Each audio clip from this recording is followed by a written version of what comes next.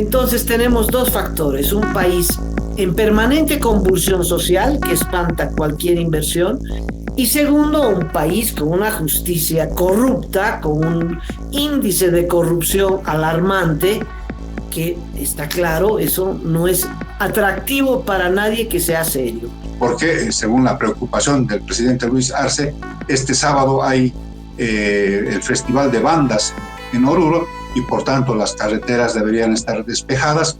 Lo que está pasando en el país es terrible, Cacho, terrible, porque tiene un impacto. Me causó gracia el presidente preocupado por el carnaval de Oruro cuando el país se está desmoronando. Tiene un impacto tremendo, porque si había alguna ilusión de una inversión empresarial, privada, que pueda darle fuerza al país en cualquier sector, hidrocarburos, minería, industria, en fin, eso desaparece. ¿Quién puede invertir en un país que está en permanente revuelta popular? ¿No? Es decir, a mediano y largo plazo es una puñalada por la espalda, pero terrible, terrible, terrible, terrible. Luis Arce bloqueó el Censo Nacional de Población y Vivienda, que debió realizarse el año 2022, y él pospuso por cálculos políticos hasta el 2025, y que luego en una negociación se adelantó para este 23 de marzo de este año. El narcotráfico, qué maravilla, un país con alto índice de corrupción es, pero una fiesta para el narcotráfico, para los que roban vehículos y que generan muchísima plata, en fin, para todo lo ilegal, para el contrabando. Cuanto más corrupto sea el país, mejor, porque te agarran y sobornas al juez, chao, o al funcionario que te agarró en la aduana, en fin. Todo lo que tiene que ver con corrupción es un aliento, es un estímulo para la actividad ilegal, que es lo único que crece en nuestro país. Ese es el país que ha forjado Evo Morales, que está continuando Arce Catacora y que nos está llevando a un despeñadero como nación. Posiblemente son años en los que se han amasado grandes fortunas. Y con relación a David Choquehuanca, dijo que es el principal bloqueador de las elecciones judiciales que debieron realizarse el año 2023, pero que él no quiso, incluso con una huelga de hambre, una primera huelga de hambre de parlamentarios evistas. Tendría que reunirse en el Poder Legislativo, en estas cómodas y carísimas instalaciones, en este moderno edificio, pero no, obliga a los parlamentarios a ir a su oficina en el Poder Ejecutivo. Esto es simbólico. ¿Qué le está diciendo Choquehuanca a la nación? Que el Poder Legislativo está bajo las abarcas del Poder Ejecutivo y de Choquehuanca, que no usa abarcas, obviamente. Hace muchísimo que no, tal vez nunca las usó.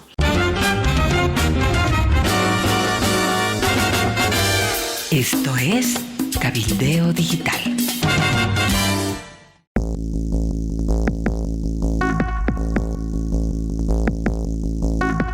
Hola, ¿qué tal? Bienvenidos. Estas son las noticias de último momento. Le doy la bienvenida a Cacho Herrera y le pregunto, Cacho, ¿hay algún avance en el Parlamento sobre la ley que convoque a elecciones judiciales? Hola, Amalia Pando, hola, amigos del planeta. Estamos terminando el mes de enero. Estamos en el último día de este enero de 2024 y en el 10º día de bloqueo de caminos en el país, que se extienden básicamente a los departamentos de La Paz, de Santa Cruz, de Potosí y de Oruro. ¿Cómo están las negociaciones a nivel del diálogo parlamentario, Amalia? Hasta anoche se avanzó el 90% de los acuerdos en torno a la ley de convocatoria a elecciones judiciales, que podría ser la clave para que se levanten los bloqueos camineros. El presidente del Senado, don Andrónico Rodríguez, realizó una conferencia de prensa pidiéndole al vicepresidente David Choquehuanca que adelante la reunión definitiva para este miércoles. Recordarán todos que estaba prevista esta reunión este jueves, porque se pensó que se iba a trabajar por tiempo y materia martes y miércoles en la búsqueda y en el hallazgo de consensos. Bueno, dijo don Andrónico Rodríguez, hemos avanzado el 90% y por tanto pido al vicepresidente que adelante esta reunión definitiva para tratar los dos últimos temas, los dos últimos puntos sobre los que no hay todavía un consenso entre las fuerzas políticas y entre las cámaras de diputados y senadores. Le hizo caso Amalia Choquehuanca a Andrónico Rodríguez y ha decidido adelantar esta reunión definitiva para este miércoles a las 9:30 de la mañana en instalaciones de la vicepresidencia para tomar conocimiento de los avances de esta comisión bicameral y tratar los dos últimos puntos, que son el reconocimiento, o más bien el hecho de que se cuestione la autoprórroga de los magistrados del Tribunal Constitucional y del órgano judicial, y se hable también sobre la votación en plancha, esto que habíamos hablado ayer, porque hay criterios distintos. Entonces, parece ser este día clave, Amalia, clave, porque la situación es insostenible para varios sectores en el país. De hecho, hoy en Santa Cruz se van a movilizar gremiales, transportistas, conductores de transporte pesado y otros sectores pidiendo soluciones a estos problemas. Han habido ya peleas a puñetes y a patadas en la ciudad de La Paz. Ha habido problemas también y enfrentamientos en puntos de bloqueo entre la policía y los bloqueadores, sobre todo en Tunas Nuevo, que es un sector que está en la carretera bioceánica que une a Santa Cruz con Brasil, y también, como ya hemos informado, en Caracollo, en el departamento de Oruro. Día clave para ver si llega finalmente a un acuerdo y esto de alguna manera catapulte el levantamiento de los bloqueos en todo el país. Cacho, lo primero que quiero puntualizar es que los bloqueos se siguen realizando en rutas camineras. Los protagonistas siguen siendo campesinos. No hay bloqueos, salvo un amago, en fin, que no amerita ni siquiera una mención en las ciudades, ni siquiera en Cochabamba. El fuerte de Evo Morales son los campesinos y bueno, no se necesitan tampoco multitudes para realizar estos bloqueos, pero sí es evidente que él tiene una coordinación y el control de unos hilos en las organizaciones campesinas que no son todas. Es muy importante que el campesinado en La Paz, que es determinante para cualquier desenlace político, está tranquilo, está en su faena agrícola. No hay bloqueos campesinos ni citadinos en La Paz. Eso me parece gravitante. En Santa Cruz se intentó hacerle un cerco a Santa Cruz entre San Julián, que es el acceso a Cochabamba-Santa Cruz, y por otro lado, esta carretera que tú llamas bioceánica, que sale de Santa Cruz y que es una carretera en línea recta hacia Puerto Suárez, frontera con Brasil. Muchísimos kilómetros. Bueno, ahí hay un punto de bloqueo, ¿no? Hay 30 puntos de bloqueo. Empezó con 5, bueno. Pero el eje central de esta parálisis de la economía del país, porque eso es lo que está provocando, está en el meollo de la distribución carretera que es Cochabamba y que es el Chapare. Esa es ahí donde se concentra el fuerte de Evo Morales y donde Arce tenía que haber atacado el primer día. Ya 10 días después, pues, está la situación descontrolada y las pérdidas económicas son enormes. Me parece, Cacho, que nuestro país es el único que tiene en este momento, y yo diría en los últimos años, una convulsión social de esta magnitud, ¿no? En ningún país bloqueas una carretera, ¿no?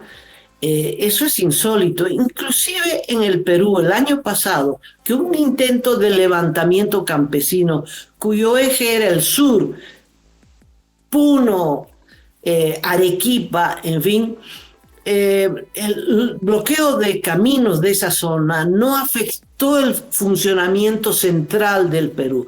Y luego esto desembocó en unas manifestaciones en Lima que no paralizaban el centro, la columna vertebral de un país, que es su aparato productivo. No ha ocurrido eso.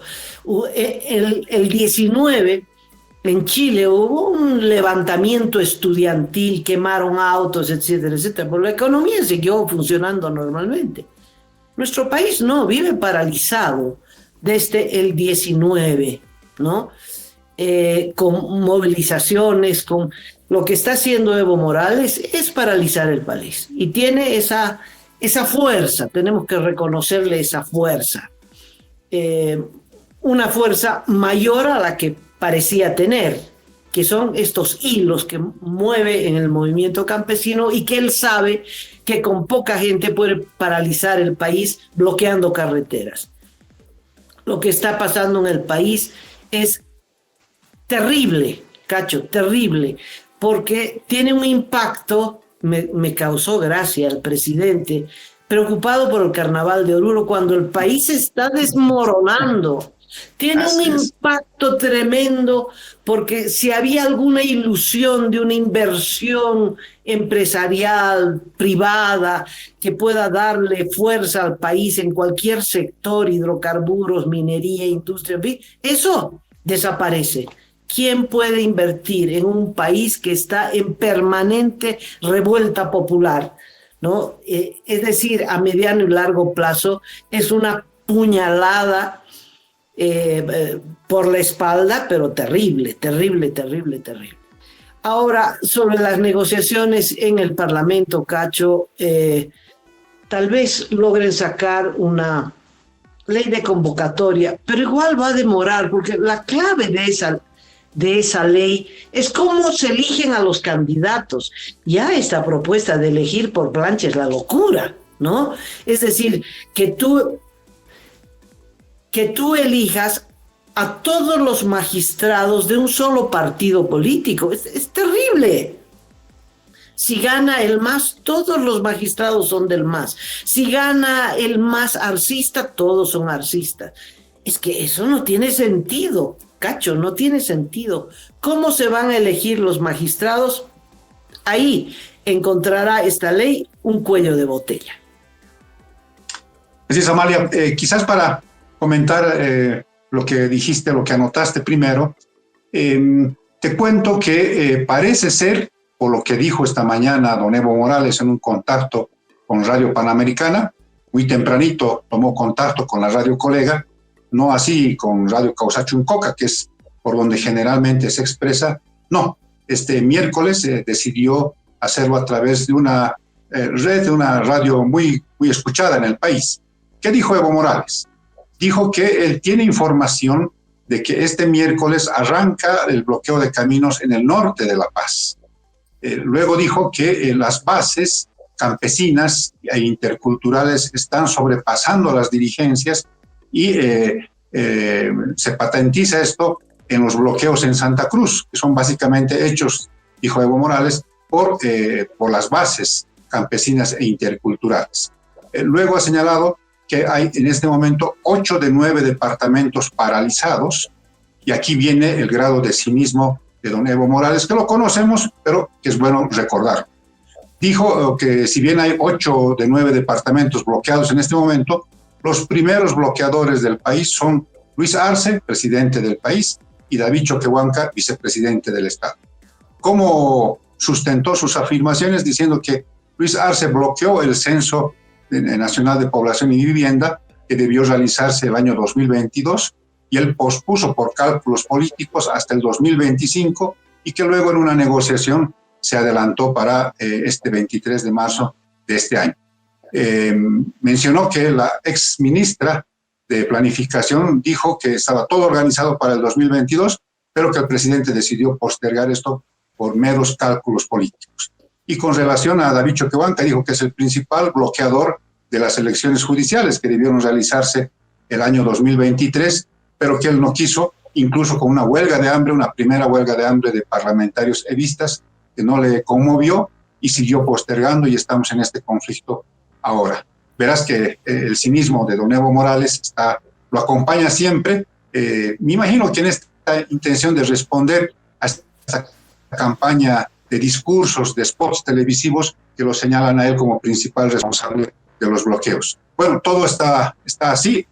Yo creo que van a tomar en cuenta esto de las afirmaciones de don Evo Morales. Y en cuanto a la negociación parlamentaria, Amalia, lo que se está de alguna manera perfilando es que una vez se llegue a este acuerdo, se llegue a un acuerdo en torno al contenido de esta ley, inmediatamente se convoque a Asamblea Legislativa, a las dos cámaras, y se apruebe esta ley ajustada, la ley 144, y de inmediato esto pase al órgano ejecutivo para la promulgación de parte del presidente Luis Arce.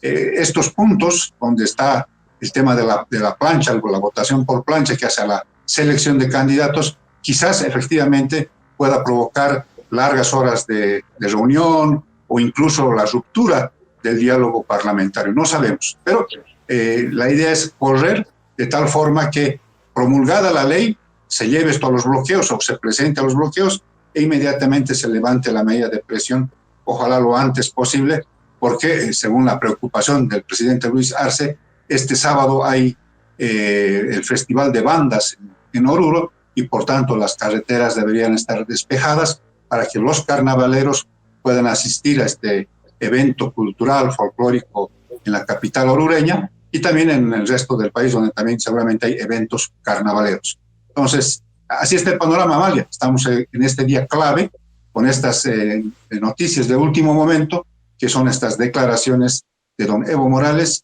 y su siempre acostumbrado cinismo político. Cacho, las formas a veces son importantes, pero por lo general las formas también reflejan el contenido. El Parlamento tiene un edificio remodelado en La Paz que costó muchísimo, costó más que el edificio que reemplaza al Palacio de Gobierno, la llamada Casa del Pueblo, que era la Casa de Evo, este edificio horroroso que ha destruido el centro de la ciudad de La Paz. Bueno, el Parlamento ha hecho un edificio que está detrás de la fachada del viejo Parlamento que da hacia la Plaza Murillo. Bueno, es un edificio moderno, con amplias instalaciones, con todas las comodidades que te puedas imaginar, y está bien, está muy bien. ¿Por qué menciono esto? Porque el legislativo es un poder distinto al poder ejecutivo. El poder ejecutivo tiene también sus instalaciones, una de ellas la vicepresidencia. Entonces, aunque David Choquehuanca, por constitución, es el presidente también del órgano legislativo, cuando se trata de legislación, Choquehuanca tendría que reunirse en el poder legislativo, en estas cómodas y carísimas instalaciones, en este moderno edificio. Pero no, obliga a los parlamentarios a ir a su oficina en el poder ejecutivo. Esto es simbólico. ¿Qué le está diciendo Choquehuanca a la nación? Que el poder legislativo está bajo las abarcas del poder ejecutivo y de Choquehuanca, que no usa abarcas, obviamente. Hace muchísimo que no, tal vez nunca las usó. Pero esto simboliza, ¿no?, que el poder ejecutivo tiene las riendas del asunto y que el legislativo es un apéndice del poder ejecutivo y que se va a hacer lo que diga Arce. ¿Esta iniciativa de la plancha será del Ejecutivo, Cacho? Sí, por supuesto que sí, Amalia. Hay varias cosas, varias cosas torcidas, por decir de alguna manera, lo que está ocurriendo con la selección de los candidatos a magistrados. Por ejemplo, se anuló el tema de los méritos, ¿no? El puntaje para la parte de los méritos fue reducida a lo mínimo y por tanto abogados, abogadas que no tengan méritos que no hayan hecho una investigación, por ejemplo, en temas judiciales, o que sean destacados por su defensa en causas de derechos humanos. Hay una gama para calificar los méritos de los postulantes. Ha sido bajado a lo mínimo, ya no es 70 puntos, ¿no? Este tema de la plancha, que también puede ser, Amalia, como parte de una especie de cuoteo, puede ser entre el arcismo y alguna bancada de oposición, entre el arcismo y el levismo, entre el levismo y las oposiciones, ¿no? Porque se va a votar en plancha, no se va a votar uno por uno, como establece la Constitución Política del Estado. Entonces hay varias cosas retorcidas que deberían ser allanadas y que, Amalia, han sido objetadas por el Tribunal Constitucional cuando se acudió a esta instancia para el control de constitucionalidad. Bueno, yo veo un camino complicado todavía, un camino que está bloqueado también en la aprobación de esta ley. Yo no sé si por las apuradas, es decir, solo por darle gusto a Evo Morales y su bloqueo, se apruebe una ley que vayamos de la sartén al fuego, ¿no? Me aterroriza que el Parlamento siga eligiendo candidatos que en realidad no los elige, sino que es, al final de cuentas, cada partido apoya dentro del legislativo a sus candidatos y esos candidatos son los magistrados de esos partidos y al servicio de esos partidos. Bueno, así no vamos a ir a ningún lado, te cuento, ¿no? Es decir, se supone que la renovación al Poder Judicial es para mejorar esto que es dramático, que es la justicia boliviana. Hay dos cosas a propósito de la justicia boliviana, y es que la juez de Sucre decidió proteger a los magistrados prorrogados y ella decidió al margen de la Constitución, de las leyes y de todo, ella y el Poder Ejecutivo obviamente decidieron que los magistrados prorrogados ameritan un caso de corte, es decir, no serán jamás procesados ni sancionados, ¿no? Aunque el delito lo han cometido cuando ya dejaron sus funciones legalmente. Se han prorrogado, están usurpando funciones y por eso lo están procesando, por usurpar funciones de magistrado cuando ya no son magistrados, no son magistrados. Ellos mismos se han declarado magistrados. Es un delito grave. Bueno, es parte de la justicia. Ahora yo me pongo los tacones de la juez, Cachito. La juez no puede decidir, estos señores los voy a juzgar yo acá en la justicia ordinaria, porque la juez cae 2 minutos después, la juez está destituida, obviamente, y procesada, porque todos los jueces tienen un expediente al lado de denuncias, en fin, siempre hay alguito, ¿no? Siempre hay alguna colita de paja y que usa el Ministerio de Justicia, que manipula todas las redes estas y la procesan y cae al tiro. Como esta juez valiente, mi heroína, que recibió el caso de la Juventud Cochala, de los 3 procesados por pintarrajear la fachada de la Fiscalía en Sucre, y miró el expediente y dijo, bueno, aquí no hay materia justiciable, y golpeó, ¡pam!, martillazo, los liberó, por supuesto, la única que fue destituida, no los liberaron, por supuesto, y ella fue destituida prácticamente en el acto, ¿no? Bueno, a consecuencia de estas barbaridades judiciales, es que estamos, si no fuera Venezuela, estaríamos siendo los campeones de la corrupción en nuestra región. Somos subcampeones, mantenemos el título. Sobre este tema, Amalia, dijimos aquí en el programa, que era algo positivo que esta jueza Miriam Flores haya decidido sentar en el banquillo de los acusados a los todopoderosos magistrados prorrogados del Tribunal Constitucional. Pero, lamentablemente, imagino que fruto de la presión que debe haber, que debe ser demoledora, esta misma jueza que sentó a los a los tribunos en el banquillo de los acusados, ayer prácticamente los salvó de un proceso en la justicia ordinaria y mandó el tema a la Asamblea Legislativa Plurinacional. Dijimos también, Amalia, dijimos que podía haber, que se olía a un mecanismo, a una operación judicial para premiar con la impunidad a estos magistrados que aprobaron la autoprórroga para ellos y la prórroga para los otros magistrados del órgano judicial. Y se está cumpliendo, se está cumpliendo. Hacen todas estas cosas, estas triquiñuelas, estos actos escénicos que parecerían ser que hay un atisbo de justicia, pero en realidad son la preparación de candados para que no pase nada luego, porque esta denuncia de comunidad ciudadana, de parlamentarios de comunidad ciudadana, si es que llega a, de alguna manera, a ejecutoriarse, los va a salvar de por vida, si vale el término, a estos jueces que violaron la Constitución. Entonces, así están las cosas, pero hay también novedades en cuanto a la justicia boliviana, porque se ha emitido un informe, un índice de parte de Transparencia Internacional, y te dejo a ti, Amalia, para que nos comentes qué es lo que dice este informe de esta organización no gubernamental. Bueno, es un informe de rutina, se encarga de hacer esto sobre la base de percepción ciudadana sobre la corrupción en cada país.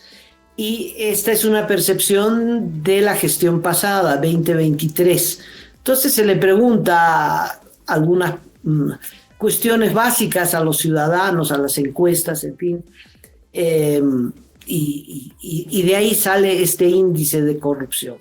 Entonces, en el planeta hay los tres más corruptos de acuerdo a este índice. Entre ellos, pues está Venezuela, Siria y no recuerdo bien un tercer país, pero del continente americano, Venezuela. ¿Cómo será? ¿Cómo rebalsará la corrupción en Venezuela? Cacho terrible. Y el gobierno de Bolivia con la boca abierta frente a Venezuela, ¿no? Los aman, les parecen geniales, claro, geniales, están hace cuánto en el poder. Me parece antes del año 2000 ya Chávez había ascendido al poder y desde entonces están ahí cuarto de siglo en una dictadura prolongada. No más prolongada que la cubana, pero prolongada, ¿no? Y en América Latina está Venezuela y luego está Bolivia, ¿no? Es un indicador grave para el país. Porque, ¿cuál es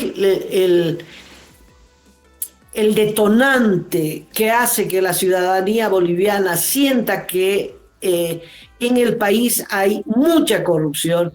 El detonante es la justicia. Definitivamente la justicia. Y eso no tiene, por cierto, solución inmediata, ¿no?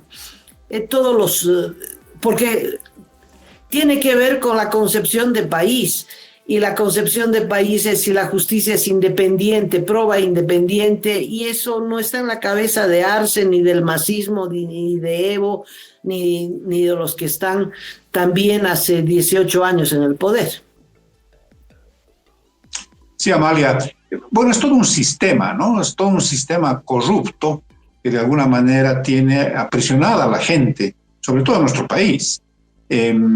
Jueces que fallan en contra de las leyes y la Constitución, que se someten a quienes tienen poder político, a quienes tienen poder económico, fiscales que utilizan su rol para extorsionar, básicamente, ¿no? ¿Quieres que te impute o no? Y si no, ya sabes cuánto, ¿no? ¿Quieres que te congele las cuentas bancarias? No ve, entonces es tanto. ¿Quieres que te arraigue? No, bueno, nos cuesta tanto, ¿no? Y los policías, Amalia, los policías también son parte de este sistema corrupto de la justicia en nuestro país, que igual tuercen las investigaciones, se ensañan con unos, liberan a otros. Esto ha ocurrido, por ejemplo, en el caso del robo del $1.000.000 en Santa Cruz, ¿no? Hasta ahora no se lo convoca al subdirector de de Tránsito de Santa Cruz, un coronel de apellido Monasterios, que es quien negoció la devolución de la plata. No se sabe dónde están casi $200,000. Y el último dato, Amalia, que es realmente muy, muy llamativo, es que en esta jornada pasada, este martes, la Policía Antidrogas peruana incautó 7,2 toneladas de cocaína en baldosas de madera. Amalia, a la misma empresa denominada Maexa, la misma empresa que hace unas semanas también estuvo involucrada porque se le incautó en Bolivia, por suerte en la frontera con Chile, 8 toneladas de cocaína. Sumados son 15 toneladas con 200 gramos de cocaína en baldosas de madera.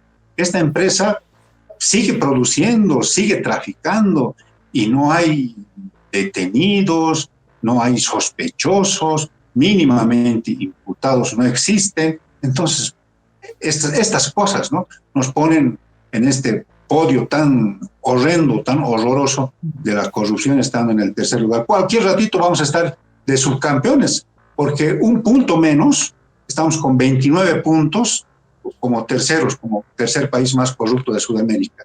Y un puntito menos está Paraguay con 28 puntos. Quizás en el siguiente informe ya estemos de subcampeones de la corrupción otra vez en el continente. Y esto tiene que ver con todo esto, este tema político, judicial, policial, falta de institucionalidad. Realmente sería un rosario enorme para anotar las cosas que derivan en esto, que confluyen en que somos el tercer país más corrupto de Sudamérica. Me pareció segundo lugar. Cachito, ¿podrías leer, por favor, la nómina? ¿Cómo? La nómina ¿Cómo no? de los Nobel de la corrupción. Bueno, según el reporte de Transparencia Internacional, Bolivia está ubicado en el tercer puesto en Sudamérica con 29 puntos. Seguido, nos supera Paraguay, que está en el segundo lugar con 28 puntos, y el más corrupto, o sea, el primer país corrupto en Sudamérica y en el mundo, es Venezuela con 13 puntos. Entonces, nosotros tenemos 29 puntos, Paraguay 28 puntos y Venezuela 13 puntos. Ese es el ranking establecido por Transparencia Internacional. Correcto. Me sorprende Paraguay y me sorprende que no mencionen Haití, tal vez porque considerado país de las Antillas y no está dentro de Sudamérica, tal vez por eso no figura Haití. Seguramente que sí, pero de 180 países monitoreados, es una gran cantidad de países, prácticamente todo el planeta, se ha ubicado a Bolivia en el puesto número 133, a Paraguay en el puesto 136 y en el último puesto, en el puesto número 177, a Venezuela, siendo el tercer país más corrupto en el mundo, en el planeta Tierra. El otro dato importante es la tendencia. El año 2012, Bolivia ocupaba el puesto 34. Es decir, en estos años hemos acrecentado la corrupción. Del puesto 34 hemos llegado al 29, ¿no? El índice de corrupción es el que tiene...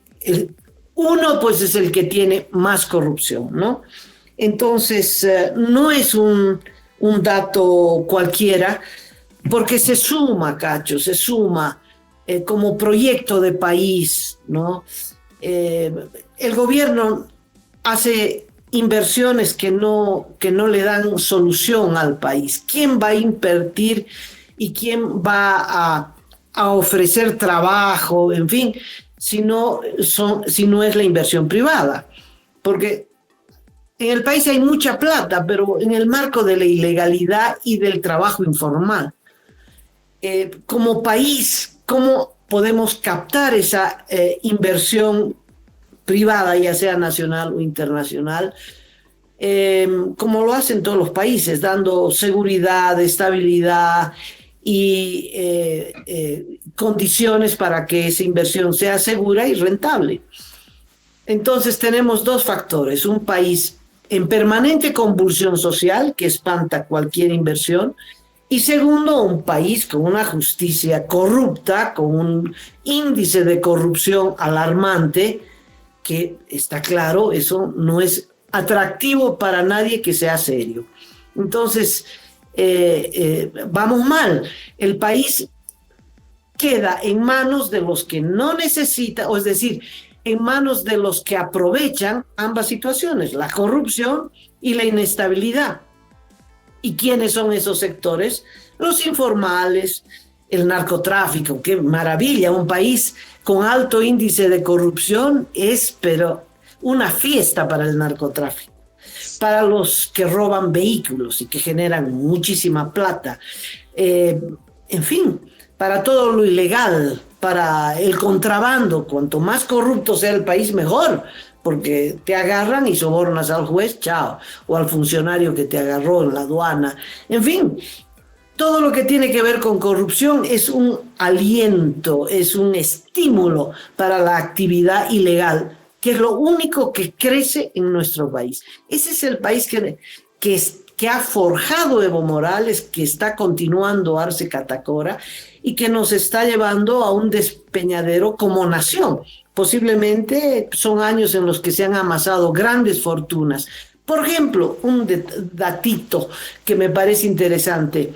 En las últimas horas en Santa Cruz, la policía de Interpol detectó a un ciudadano brasilero que vivía en Santa Cruz.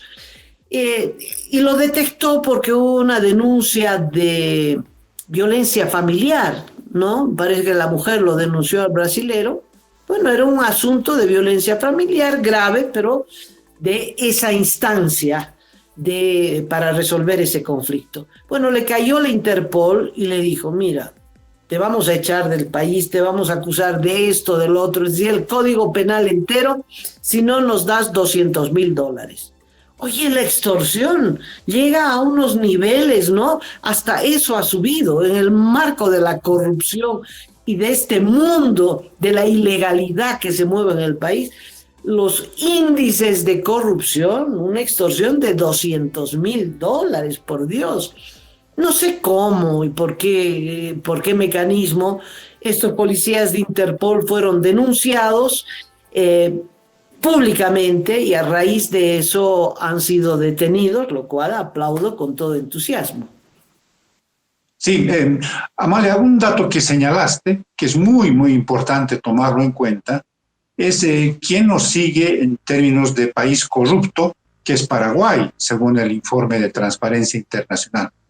Y digo esto porque se ha sabido que en los últimos meses, el último año, muchos capitales bolivianos están migrando a Paraguay. Muchos empresarios poderosos del oriente y del occidente de nuestro país, ante esta crisis económica que hay en Bolivia, han decidido trasladar sus inversiones a Paraguay.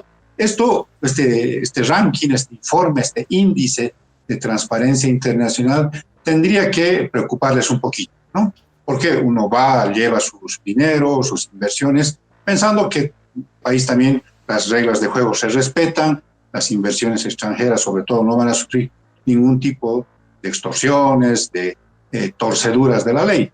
Pero tendría que llamar la atención porque mucha cantidad de gente, muchos empresarios, por lo que sabemos, están trasladando sus inversiones a Paraguay, a Perú.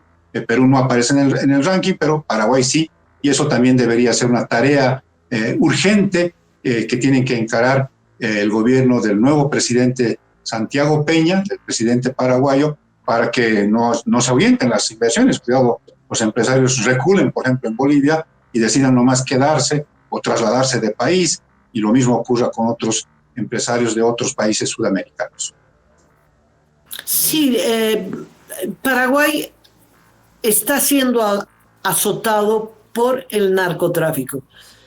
Paraguay no produce hojas de coca, Paraguay no produce, no tiene laboratorios de cocaína, pero es un tránsito extraordinario porque tiene esta triple frontera con Brasil, donde es tierra de nadie y no lo han podido controlar, donde ahí aterrizan, pero de todo tipo de contrabando, vehículos, en fin, y droga, por supuesto, y droga. Y eso es lo que está desestabilizando al Paraguay. ¿Y esa droga de dónde viene? De nuestro país, ¿no? Somos tremendos exportadores de droga. Si se legalizaría la droga y le chanta 50% de impuestos, mira, seríamos el país más rico del planeta, de eso no hay duda.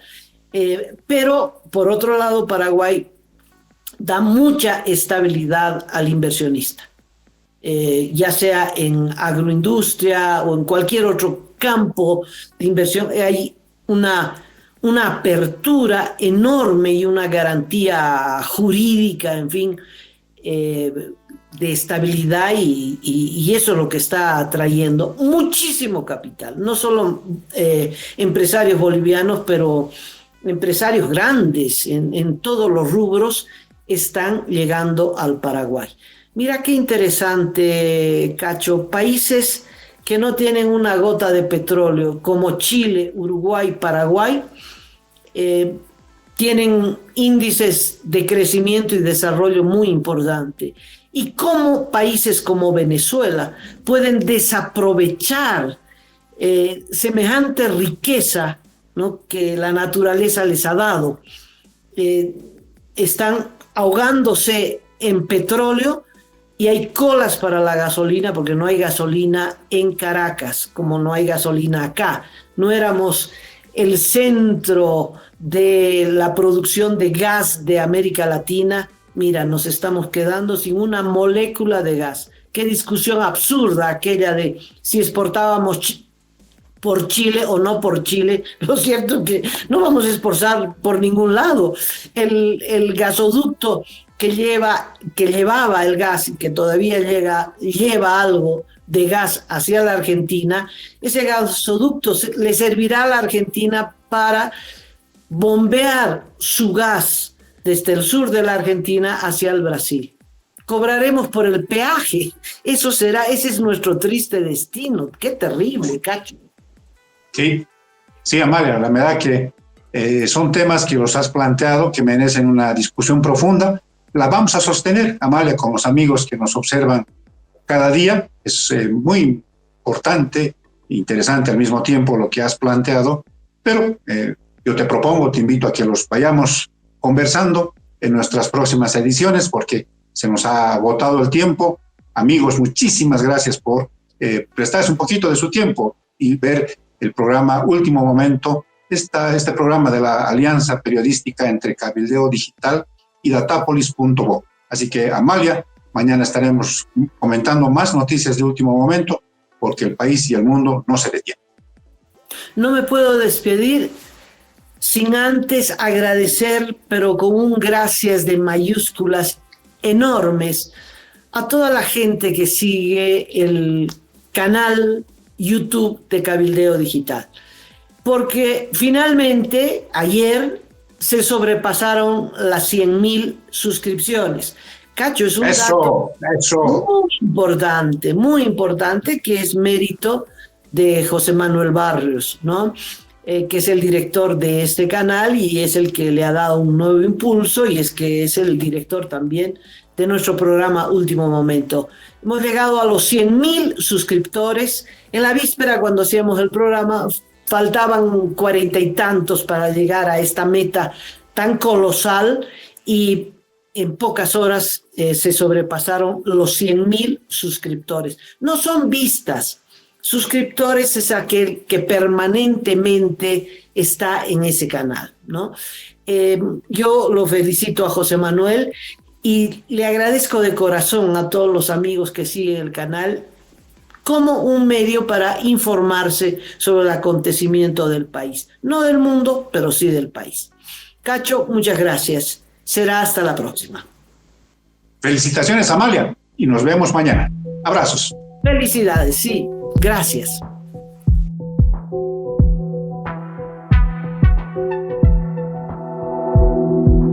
aporta a Cabildeo Digital y apoya al periodismo independiente.